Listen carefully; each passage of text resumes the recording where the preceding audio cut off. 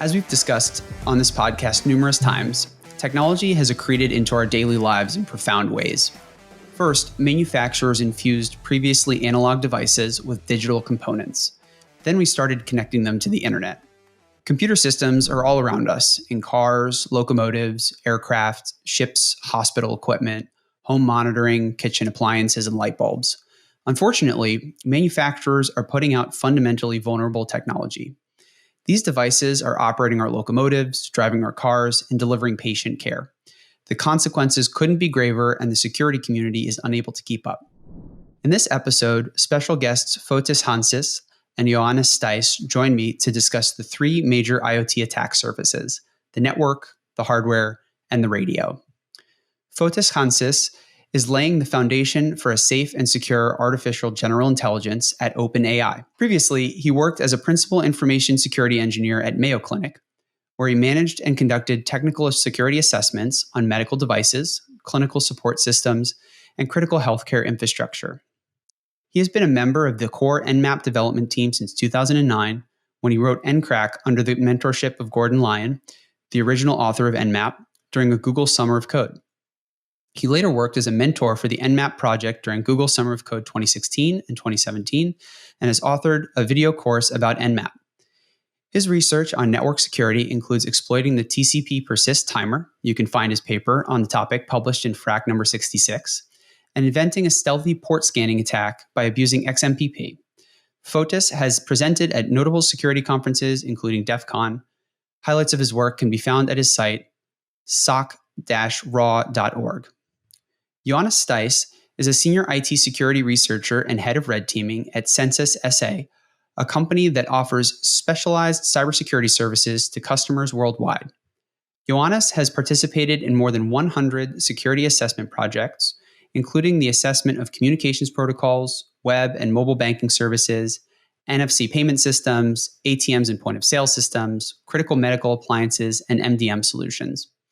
His research currently focuses on the development of machine learning algorithms for improving vulnerability research, the enhancement of fuzzing frameworks, and an exploration of the current threats in mobile and web applications. He has presented his research at security conferences such as Black Hat Europe, Troopers NGI, and Security B-Sized Athens. Well, Fotis, Johannes, welcome to the show. Hello, Josh. We are very excited to join your podcast. Well, I'm really glad you're able to join, and I know that you recently found yourself with a lot more free time on your hands than you used to. You've recently published a book with No Starch Press called Practical IoT Hacking. Congratulations. I know this is a tremendous effort and probably took a lot longer than you had originally planned to get it over the finish line. Yeah, thank you so much. Definitely took much longer than we had originally anticipated. The original plan was for 1 year, and it took us more than 2 years eventually to make it work. But it was worth the effort. Absolutely. What was the impetus behind the book? Did you sort of grow up learning about IoT hacking and realize like the resources are sort of scattered all over the place and you wanted a cohesive presentation? Did you think it was just something kind of fun and interesting that you've always wanted to do? What spurred you to do it? I'll just give my perspective, and then Johannes can give his own. From my own perspective, I think it was multifaceted. So first of all, because of my previous work at Mayo Clinic, we basically explored and analyzed a lot of medical devices. And medical devices are essentially a subset of IoT systems. So they belong to the IoT world. Specifically, there's this term, the Internet of Medical Things, IoMT, which indicates anything that has to do with healthcare systems, medical devices, and so on. So back then we were testing a lot of, implantable pacemakers, infusion pumps, robots that perform, surgery, that allow the operators to do surgery remotely, heart rates, monitors, all sorts of cool stuff that that you would typically encounter in a healthcare environment, in a healthcare ecosystem. And I think that was the main. My job there was what intrigued me to delve more into the hardware hacking part of IoT devices. We had to do things such as explore and reverse engineer radio protocols. For example, there's the implantable pacemakers. When they communicate with a home monitoring device that the patient has in his home, and that device basically collects diagnostic data from the pacemaker and then sends them to the cloud so that the physician can have access to that data and can um, monitor if the patient has some kind of anomaly, for example, in their heart rate. The protocol that the radio protocol, the wireless protocol that these devices use to communicate between themselves was something proprietary. So we had to do a lot of reverse engineering there and spend a lot of time, to also inspect and take the whole device apart to see what's happening behind the scenes. So all of that, I think, was very intriguing. And we realized back then that there are huge security gaps in the medical device world, and the implications there are even greater than just having a smart home router and being able to hack it. I mean, there we're talking about actual patient lives. Like if you have an exploit chain for an implantable pacemaker, you can actually cause a patient to die potentially. And there have been attacks out there that can actually do that if all the pieces of the puzzle fall into place. It's very complicated, and it's not something that can easily be carried out. But it's certainly not science fiction anymore. It's something that can be done. And I think the second reason that we decided, at least again from my point of view, to write a book was that when you write a book, when you try to organize and structure your research notes and all your mental models about security in a coherent way, and also in a simplified way, so that the reader understands it without having lots of, I guess, dependencies. So the book itself has to be self-contained. You have to provide all the content so that it flows smoothly, and you don't force the reader to continuously jump to hyperlinks and reference other things. And all of that, is actually very educational for us as authors. So I think it made us even better in our own research when we had to sit down and brainstorm about all these things and how to present them in a simple and coherent way. And I think that was a great learning experience. I completely agree. And I had that same dependency path problem. I almost remember mapping out this giant acyclic graph and finding the root nodes and saying, all right, well, these are the first chapters. And then you try and make it flow from there. And I think one of the most striking realizations was when you have difficulty writing something, like a particular passage or on writing about a topic, I found for me personally, oftentimes it was because I didn't understand the material like I thought I did. And that lack of clarity was just a reflection of maybe this part I hadn't spent enough time learning about. And so writing is a fundamentally very humbling experience, I think. So congrats again on getting it over the finish line. Ioannis, what was your motivation for getting involved in writing a book? In general, I believe that IoT devices have successfully disrupted our lives. They are everywhere. They are growing in importance. They are designed from a manufacturing mindset with little or no security. So it is very challenging to work with them, to do research, and to identify vulnerabilities. So this is the main motivation for me.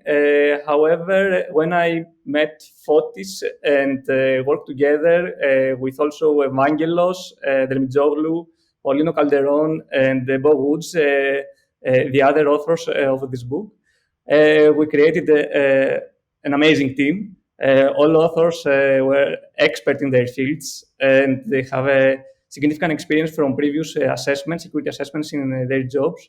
So we created a very, very good team that was able to really dig into IoT things and uncover the complexity of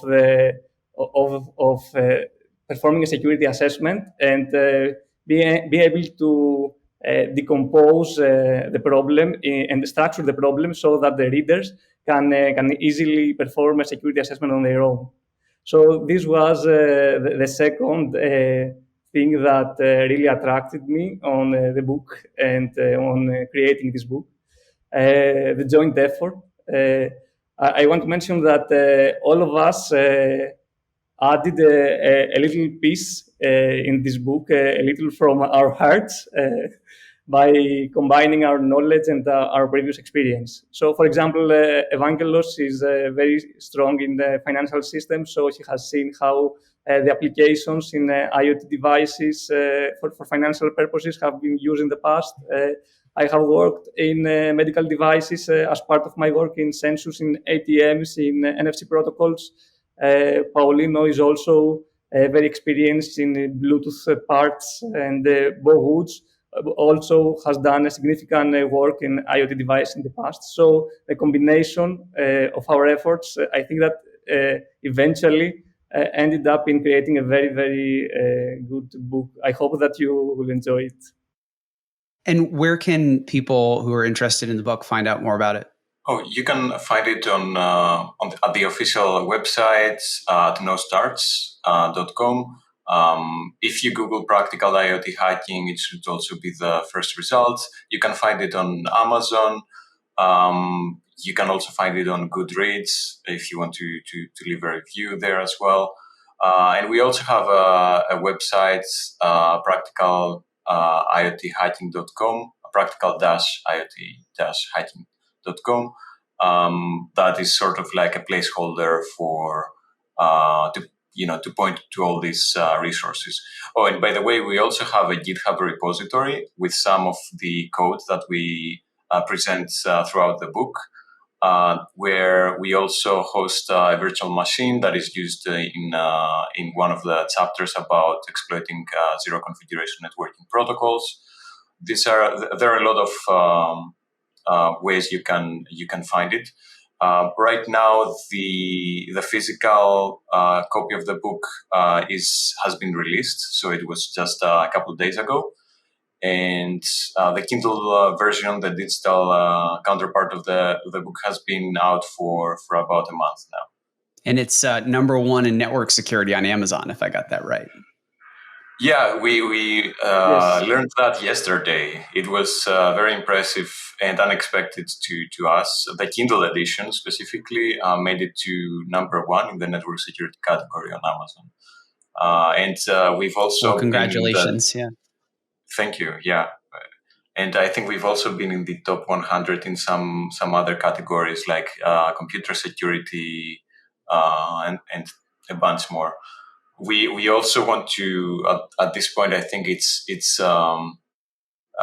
important to thank everyone that has contributed to it, because it wasn't just us as authors. Nostarts Press has done an amazing work from their part, and I think one of it is a fact that they are perfectionists, and this required a lot more effort from our part, but I think at the end of the day we are thankful for that. The amount of edits that we had to do were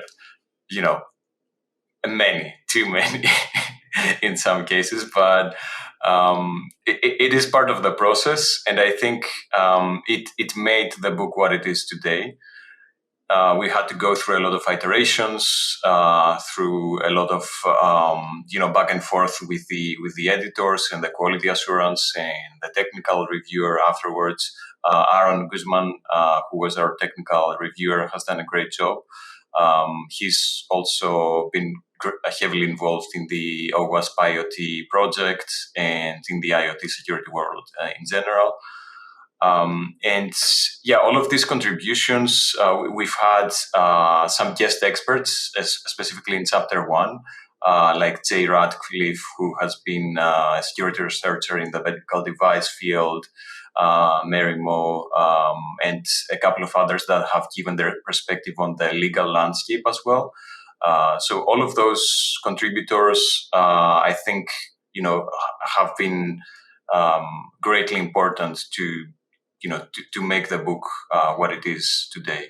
Awesome. Well, congrats again. I know it is a massive accomplishment, and hopefully you give yourself a little bit of a breather, because I know it tends to consume so much of the non-full-time work time that you do have. So with that, I am really excited to talk to you about your perspective on IoT hacking. We've had a couple of shows that are specific to particular platforms, talking about locomotives and cars and some of the peculiarities of those systems. But I think what's so interesting about the book and the way that you've composed the author team is that you all come from so many different backgrounds, which allows you to think, I think, one level above and talk about these abstractions that are common to so many of the different IoT platforms. So, Ioannis, I would love to start the conversation with a simple question, which is, what is an IoT device?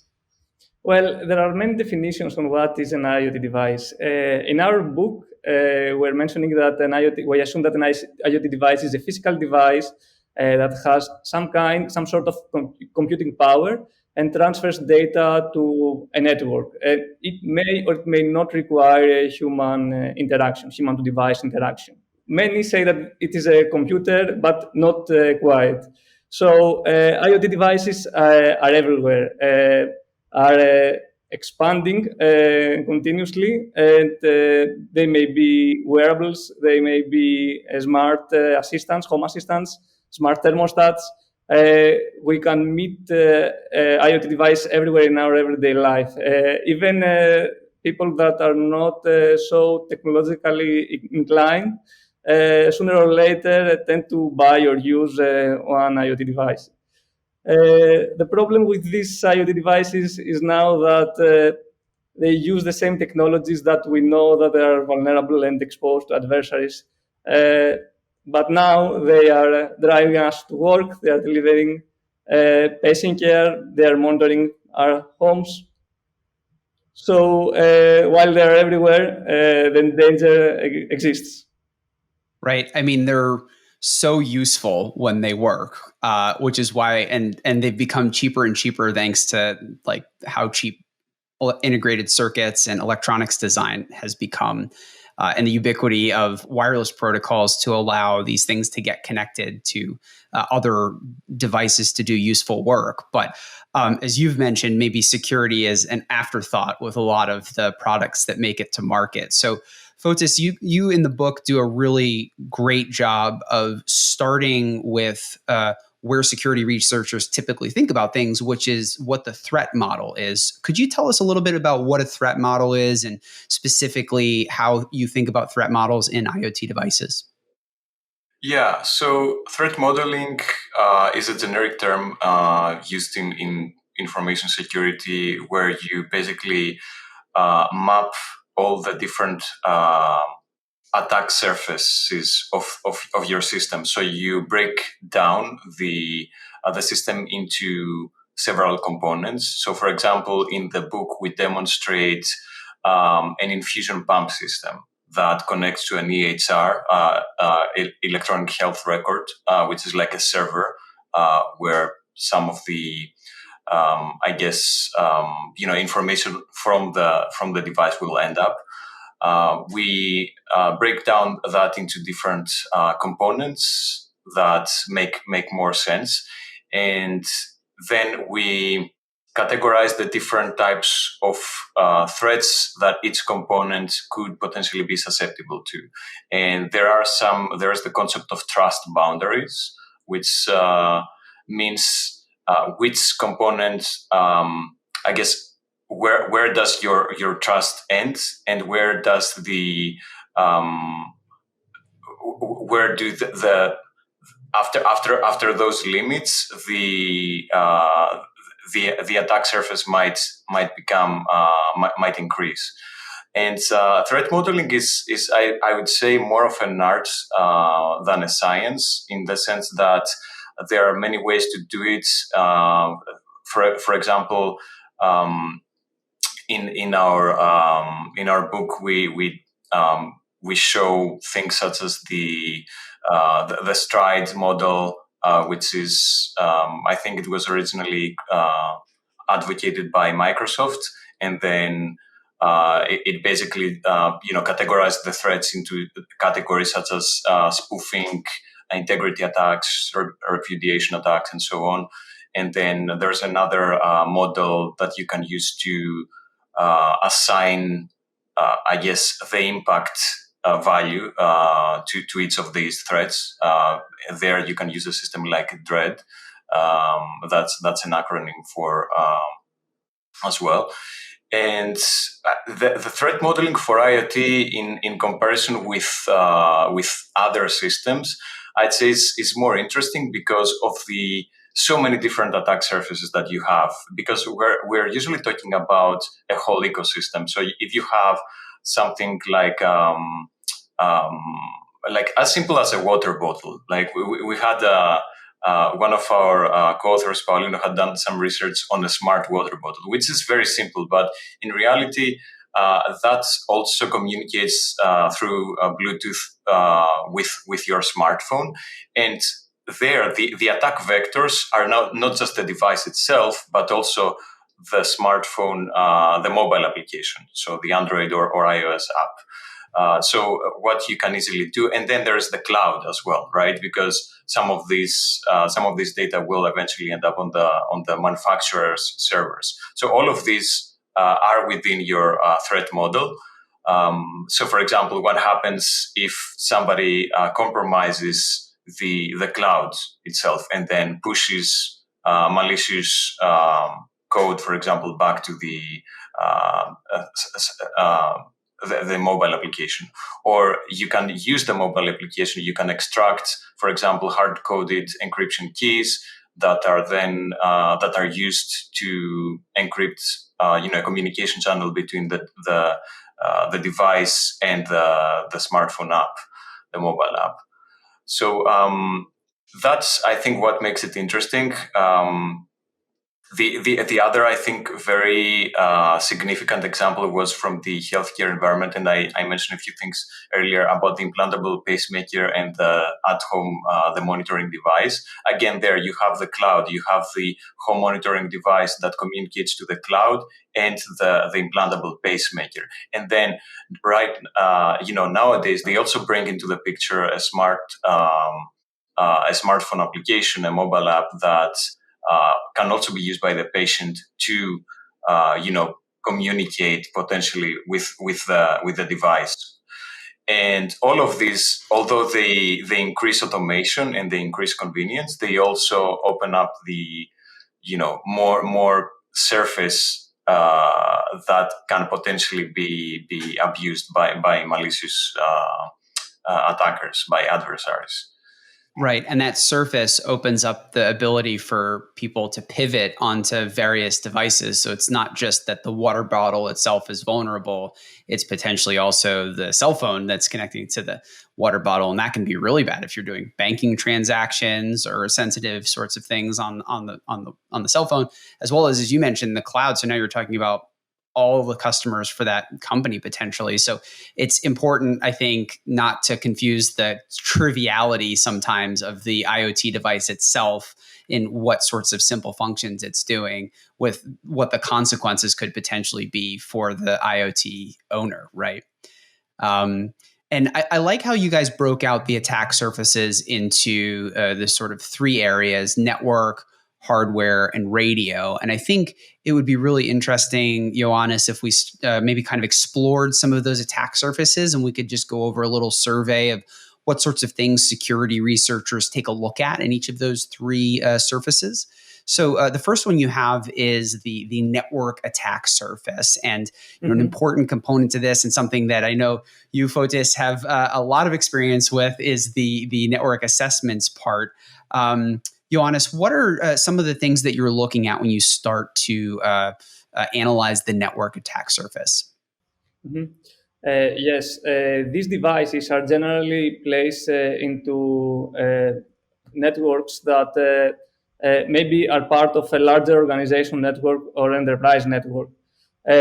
So these devices sometimes have a little or no monitoring at all, and they are exposed to security vulnerabilities. So sometimes we are largely blind to intrusion into this device. And when we do, for example, when we search for the threats in our organization, these devices don't even bubble up. So when we do, for example, network assessment, we always search for such IoT devices because they will be used as pivot points for gaining access to the internal network of an organization. So in the first section of the book, we present you a such example where we examine how an adversary can use them in order to hop into other network segments. Organizations tend to separate their network in different network segments in order to isolate maybe more untrusted systems with less trusted systems with more trusted systems. So, for example, IoT devices like voice over IP phones tend to connect with other IoT devices like smart locks in order to allow an employee to unlock its door from his VoIP device by just calling a number, or to receiving a calendar notification, or to be able to connect to the camera and see live streaming image from a security camera in the building. So we as adversaries in the book, we explore a case where someone can abuse this model and exploit the position of such IoT device in order to hop into other network segments.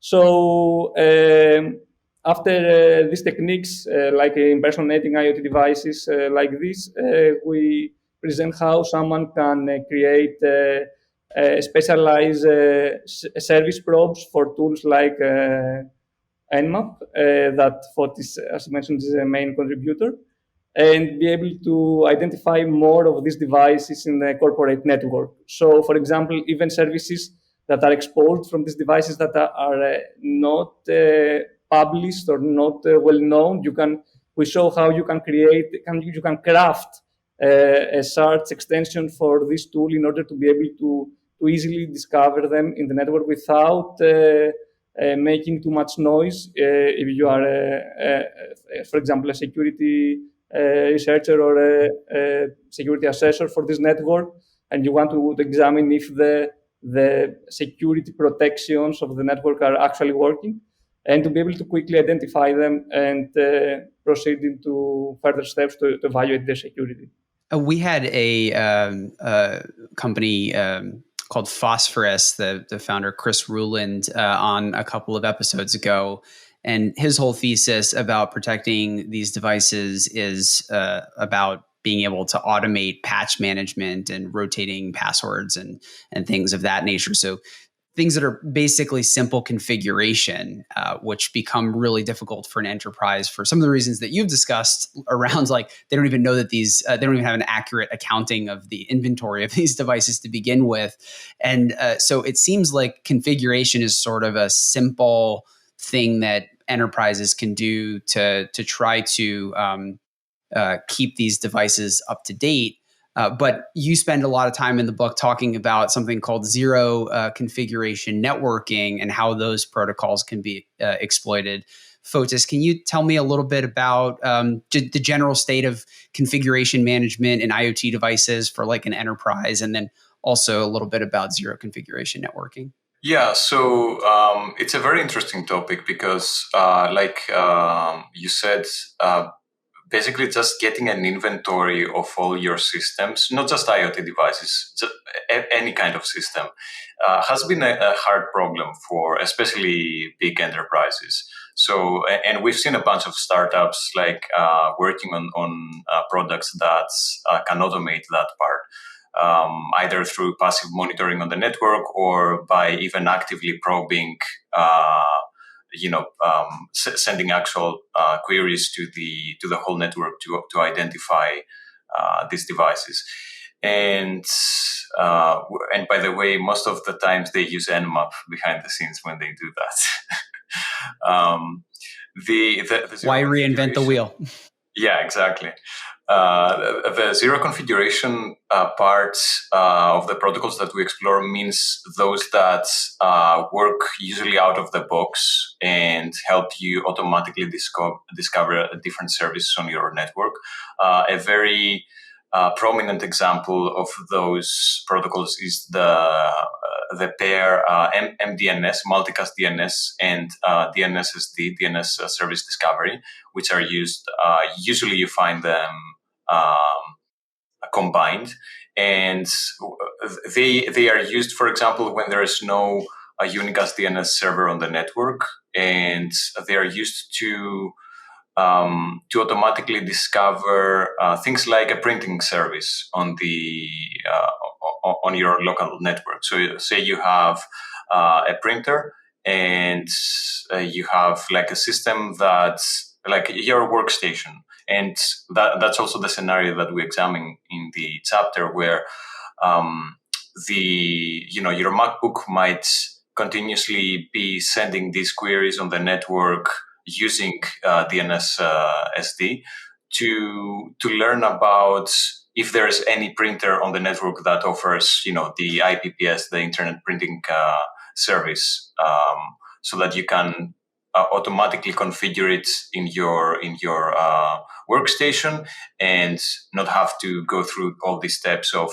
finding the IP address and manually setting it up. And but the problem with all these protocols is that there is an inherent trust, again, because when those were initially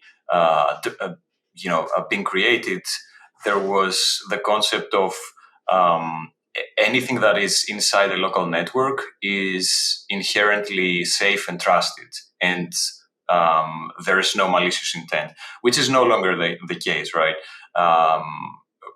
I mean, in a huge network, even if we're talking about a local one, if we're talking about a local broadcast domain layer 2 segment, you can never assume that there should be the zero trust, I guess, model is what we are moving towards in the past few years, and things like MDNS and DNSSD can be abused to, for example, easily conduct man-in-the-middle attacks. You can do like a similar thing like the DNS cache poisoning in these protocols. So what we've demonstrated in the book is that you can easily write a simple Python script that can force the printing service to send the print job to actually. That as an attacker, you'll be able to capture the printing job of the workstation when it sends it to the printer, because it will do all of that through the DNS SD and MDNS protocols, and you'll be able to capture the print job. A simple attack as that, which works very easily, and you don't have to find a vulnerability for that. I mean, this is how the protocol works, and that's what makes it so interesting. And that also means that it's harder to find protections against those, because this is how they work, and usually you have to, as a security engineer, for example, you'll have to always find workarounds to protect those. And another interesting one is the Web Services Dynamic Discovery Protocol, which is used especially for IP cameras. And we also demonstrate an attack where you can, again, this is used for automatic service discovery, but usually for a server, for a camera management software, as we call it, that you can envision that as like a software where you pull all the camera feeds, and you have an operator just being able to see all the camera feeds from your IP cameras that are spread throughout, your physical campus, for example, of your company. And the WS Discovery Protocol is what is used there to automatically discover a new camera that comes in the network. But again, because there is this inherent trust there, you can abuse that to, as an attacker on the network, to imitate that you are a camera, although you're typically not. You can just imitate that by, again, writing a simple Python script, and then you can act as an attacking client to the server to do things such as fuzz the server and potentially gain remote code execution on the server, or you can just make the operator think that you're a legitimate IP camera, and then they might type in the username and password of the camera that that registers the camera on the network. And usually what we've seen in many of our assessments is that these username and passwords are typically reused. So it would be the same type of credentials that they are used in other IP cameras. So again, you're basically fooling the operator to give you the credentials by just imitating a legitimate camera on the network. Yeah, that these are all based on attacks on the protocol itself. So you don't have to actively find a software vulnerability, a bug on any of the software to exploit that. You can just rely on the fact that this is how the protocols work, and this is what makes it so interesting and so insecure at the same time. Yeah, and I mean, we see this all the time in fleet assets. So the protocols that underpin the data buses for operational technology, things like manufacturing and aircraft and heavy equipment. And I think etymologically, a lot of these protocols come out of a time when these processors that are running the code that are responsible for implementing these protocols are so limited in their capacity that actually incorporating cryptographic primitives and security overhead on top of them just made it infeasible to do. And so we're seeing a lot of academic research to try to patch up some of these issues. It's hard because, as you've indicated, the cat's kind of out of the bag. There are devices out there that already implement these protocols. And so it'll be a very long time before we can replace those older protocols with new ones. We haven't been able to do it on IT infrastructure, right? We still use Ethernet and IP, and those are insecure. But zero configuration networking is really convenient, right? It's a very convenient thing for me to be able to sort of plug things onto a single broadcast domain, and then they just sort of figure each other out and they start working. Is the idea of zero configuration fundamentally at odds with security, or are there secure ways of designing these protocols so that they're not susceptible to these sort of trivial man-in-the-middle attacks and things? I mean, there are ways to make them more secure. I can think of a bunch of examples where, I think the zero trust mindset and model I'd say that the industry is moving towards is something that can sort of combine automation up to a point. It needs a lot of work initially to set things up, but from there on, I think it's certainly more secure. In some sense, it might deviate from the whole convenience that a strictly zero configuration networking protocol provides. But at the same time, it's you have to find a golden ratio there. You have to find a balance. Like what are the things that you want to, if it takes one more step for the human operator to validate that a device is trusted, is this worth the extra time and extra effort if at the end of the day then you ensure that all these systems are not malicious. And there has been more research in that field. There have been especially I think in the in the radio part of protocols. For example, what was it? The one that Amazon recently released, was it Firewalk or Sidewalk, where it basically provides some of this automation without sacrificing so much of the the security. But yeah, it's definitely a hard it's definitely hard to find the perfect balance there. Right, and you mentioned another really important attack surface on IoT devices, which is the radio, because these devices are oftentimes spread out in physical space so that they can be proximate to whatever physical asset they're supposed to be sensing or manipulating. They oftentimes communicate over radios. So, Ioannis, what are some of the attack surfaces on the radios of these IoT devices that security researchers take a look at? So, in general, there are many different radio applications that we can find in an IoT device because they are used everywhere in every facet of our world. So, for example, if we have a smart lock, you probably have RFID, short-range radio.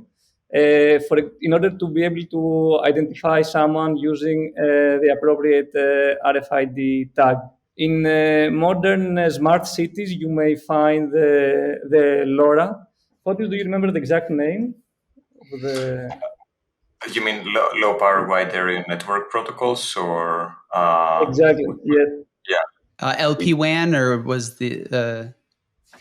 Yes, LP1 and actually narrowband and ultra narrowband. This is the names that I forgot. So you may find this in smart cities, in infrastructure, in logistics. It depends on the application every time. Then we have the medium range radio like the Wi-Fi, Bluetooth for applications that need, for example, power saving. We have the Bluetooth low energy. All these are different types of technologies that you may find in an IoT device. And this increases the attack surface dramatically.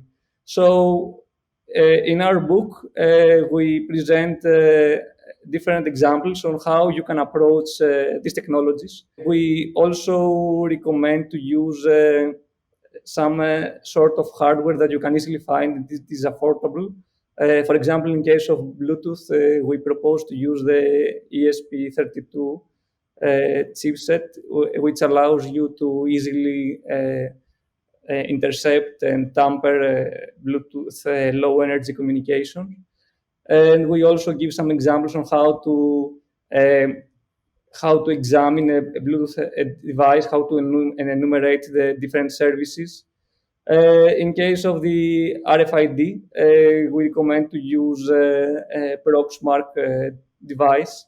We give also an example on how to copy an RFID tag and maybe use it in order to circumvent the door access control, or to even crack the password of an RFID tag that it is protected due to weaknesses that are sometimes found in this kind of technologies, and they are introduced because vendors not always have the security in their mind when they produce a device, and or there are just cryptographic flaws that sometimes happen.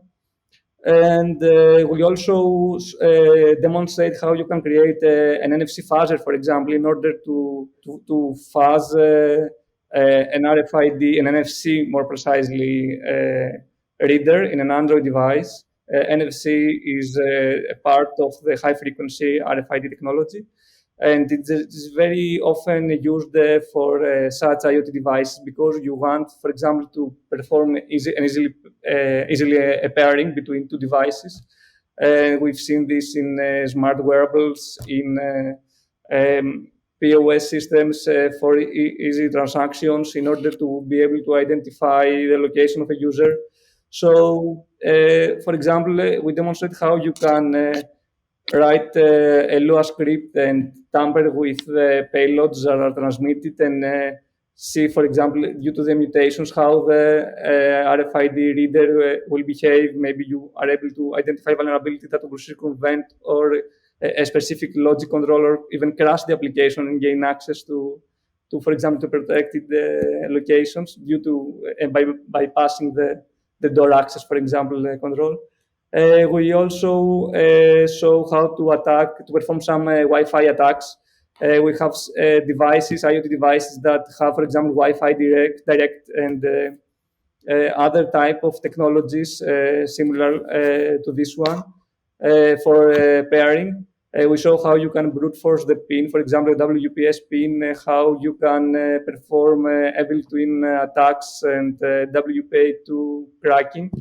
These are attacks that are imported from security testing that we in general we do when we do a wireless assessment. However, these are applicable to IoT devices. However, you just need to perform the attacks in a different way in order to approach the technologies at their application level. So, for example, an IoT device, you may have and you may be able to only interact with NFC at a specific state, or the device may be located at a specific place. So you have to, let's say, transform your existing methodology in order to meet the requirements for testing and this kind of devices.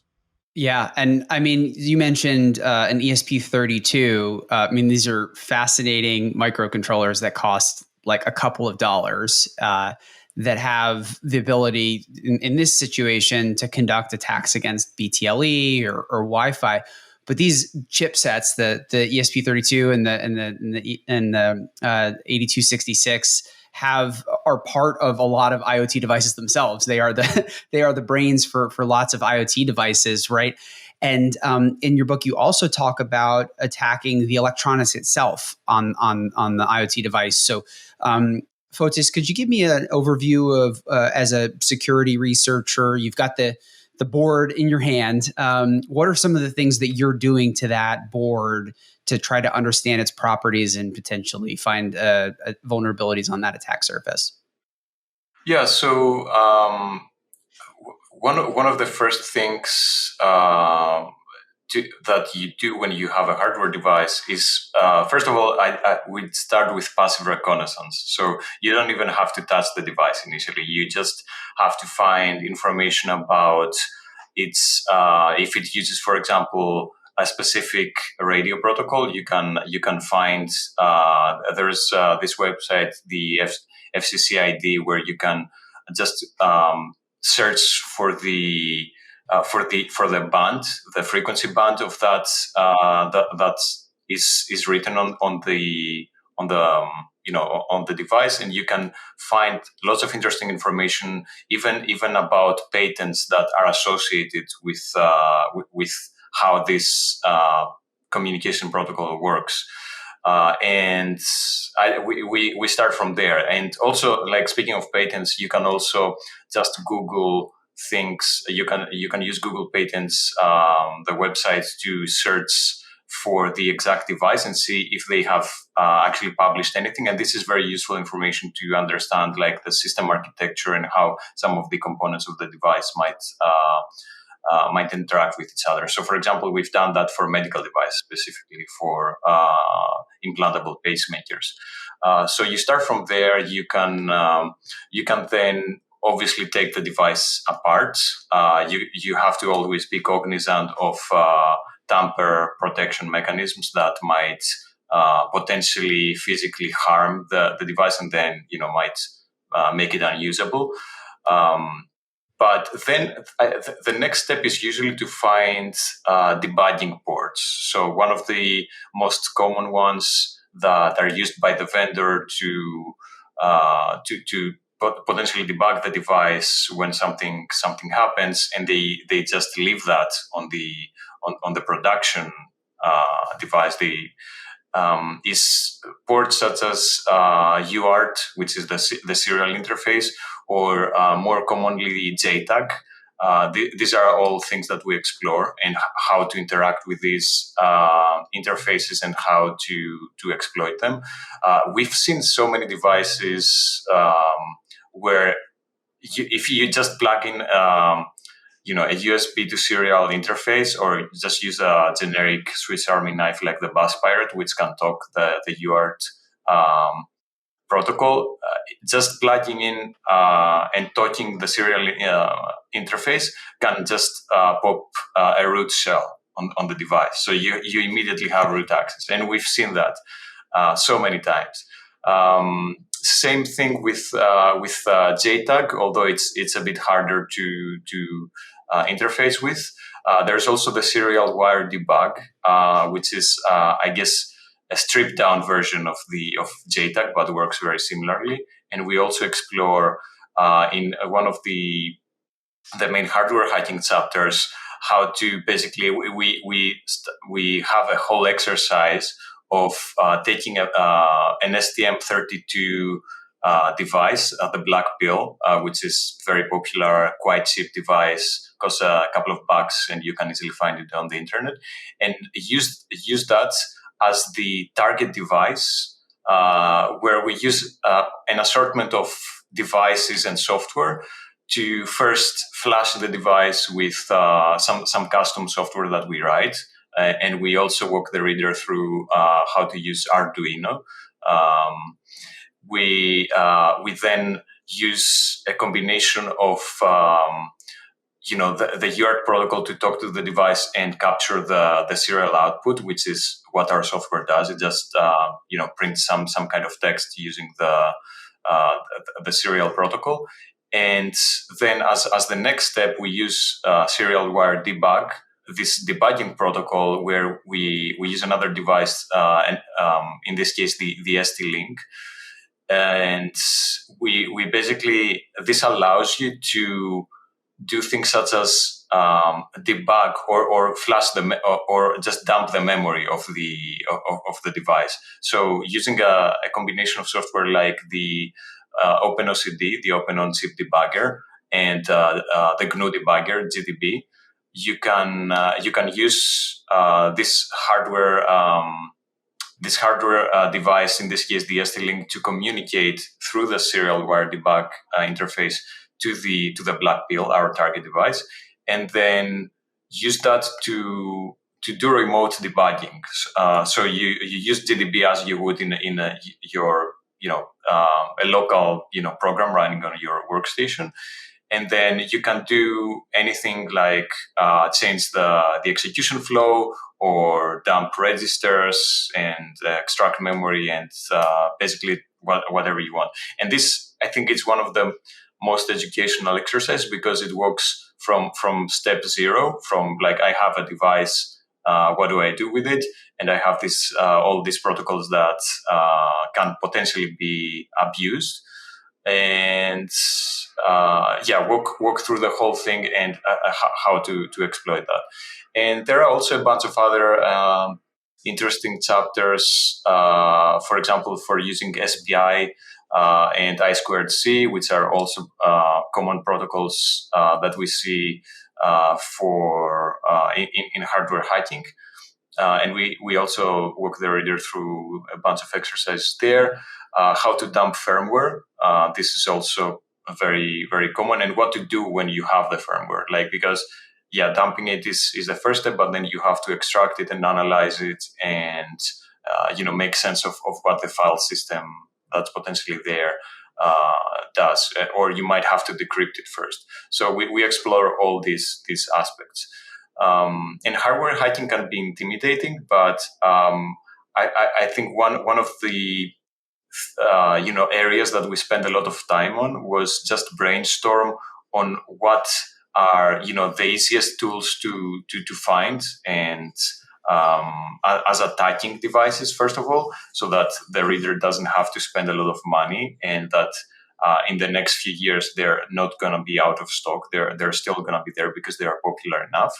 And the same thing with the target devices.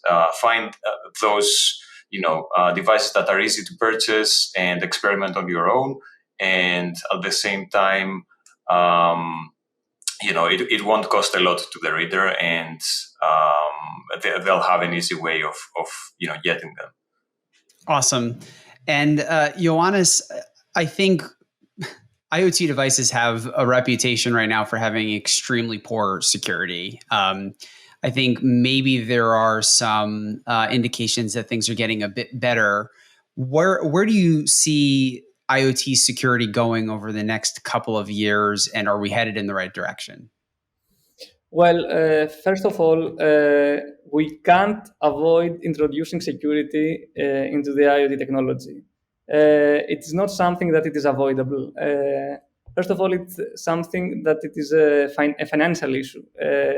IoT devices by 2025 will expand to some billions, and this will bring trillions of dollars in the GDP, which means that if this fails due to, for example, security concerns, then this will be a major financial drawback. So security concerns can be a deterrent as much as the price of a device, and this should be avoided. Also, the IoT devices, as we mentioned earlier, are used for example, in medical devices like patient treatment. So if we have a crisis in confidence, then this will delay these technologies from integrating to the way of healthcare, for example, that it is currently implemented. So it is necessary to proceed and integrate the security at and do the biggest effort that we can. So what about now? We can see that right now there are frameworks that give us an idea on the security controls that we can implement, and this is very important. For example, the IAM Cavalry that Bo Wood participates also has released the Hippocratic Oath for such devices. We have similar frameworks from other organizations. And then we have new standards that are sometimes required for releasing a device, like a medical device. We have standards from National Institute of Technology in the US, like NIST. We have from the European Union, the ETSI, sorry for the acronyms. And we have also many guides from different organizations. For example, the OWASP has proposed many guides on how to identify such security issues and how to mitigate this kind of risks.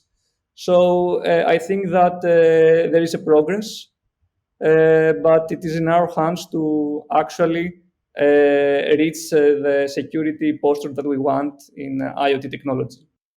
Well, Ioannis Fotis, you've definitely contributed massively to that effort with your book, and I think a lot of readers will find these previously inscrutable and inaccessible kinds of devices much more accessible with some of the techniques and exercises that you have in there. So thank you so much for writing the book and putting that out in the world, as well as for taking a little time to come on the show and talk about it. I hope to have you on again very soon. Thank you for having us. It's a pleasure. Thank you. Thank you for listening to this episode of Planes, Trains, and Tanks. If you enjoyed this episode, please consider leaving us a review. To learn more about Shift5 and our products, visit our website at shift5.io or follow us on LinkedIn and Twitter.